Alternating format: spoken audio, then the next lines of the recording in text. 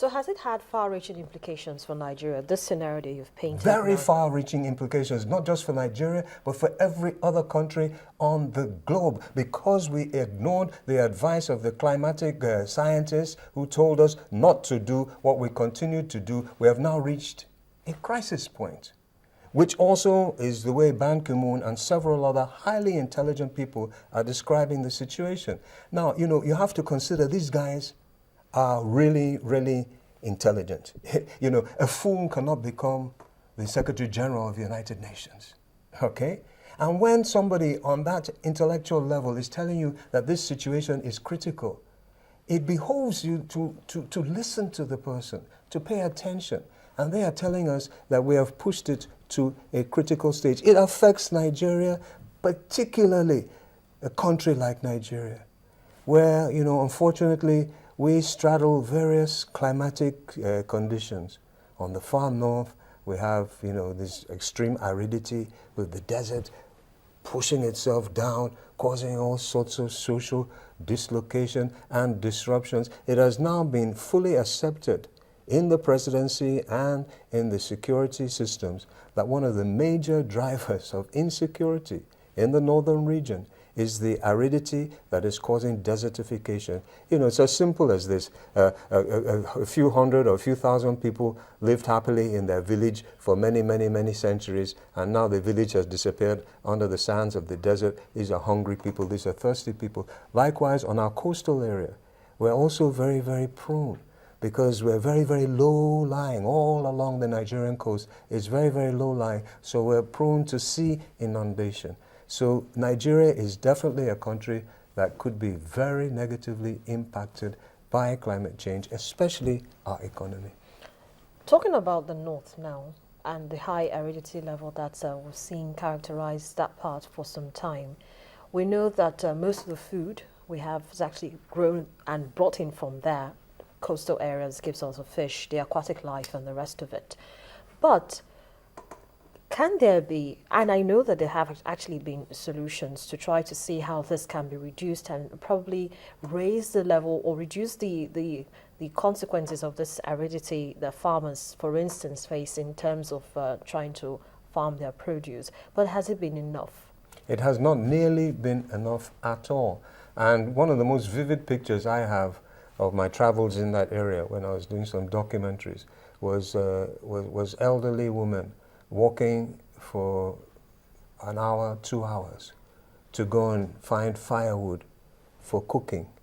And this just struck me right to the depth of my core, that wow, in a country that is considered one of the major gas producers of the world, here we have these rural women having to walk for hours to get firewood from trees which are the only buffer to the inundation of the desert into their communities. So we have another issue of deforestation as well. A major issue of deforestation there, which is totally unacceptable, which is just, totally, the mind boggles that this can actually be happening in a country like ours, where we have all the resources necessary, where resources were deployed many years ago to protect those areas and protect the forest in those areas to prevent the desert from coming in. But embezzlement came into the picture, all types of corrupt activities came into the picture, and these resources were diverted to other places. Well, Mr. Majekodunmi, I'm very sure that, for the purpose of this particular conversation that we're having, could we just, put it down to the figures, Naira and Kobo, dollars and pounds or euro if you'd like.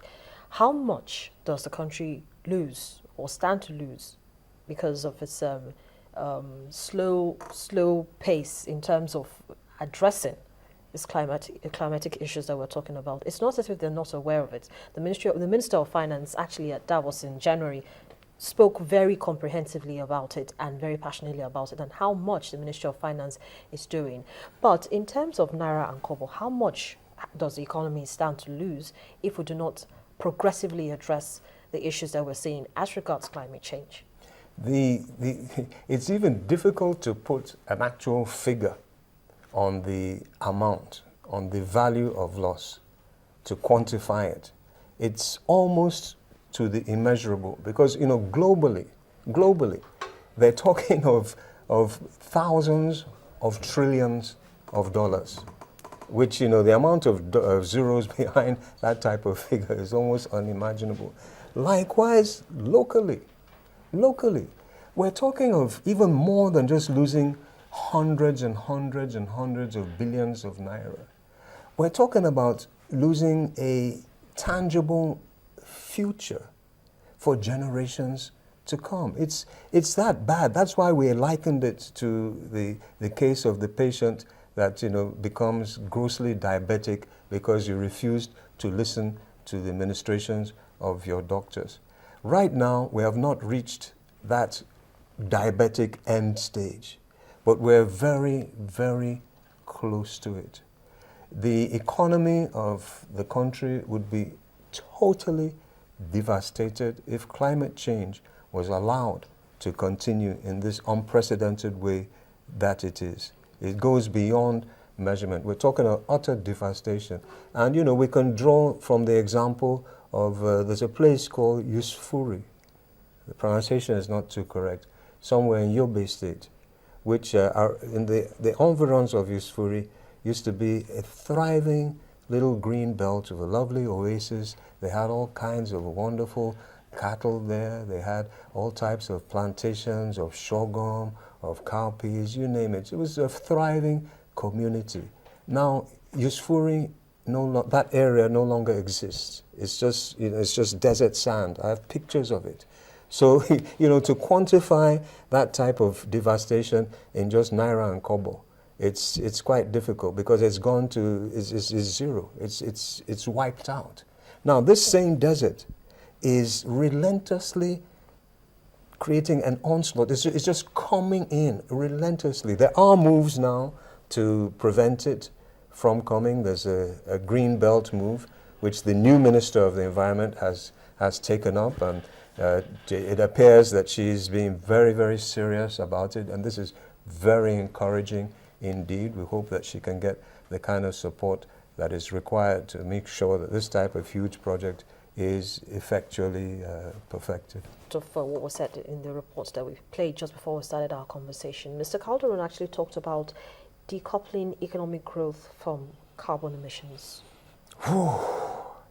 That is it's a challenge, and it would be nice if we could, but the reality is that the world's economic growth, the whole industrial revolution that we've been experiencing on planet Earth over the last 200 years or so, is actually mainly driven by the energy systems that were relying on fossil fuel-fired energy systems. It started with coal, and from coal it progressed to extraction and breaking down of oil into diesel and into petrol, and so on and so forth. So it was a fossil fuel-fired energy system that drove the major aspects of the Industrial Revolution, from locomotive energy, trains, cars, and so on, to machinery that operated inside the factories and so on. So, but and part of the reason why fossil fuel was like God's gift to humanity is because it was a very efficient, energy system.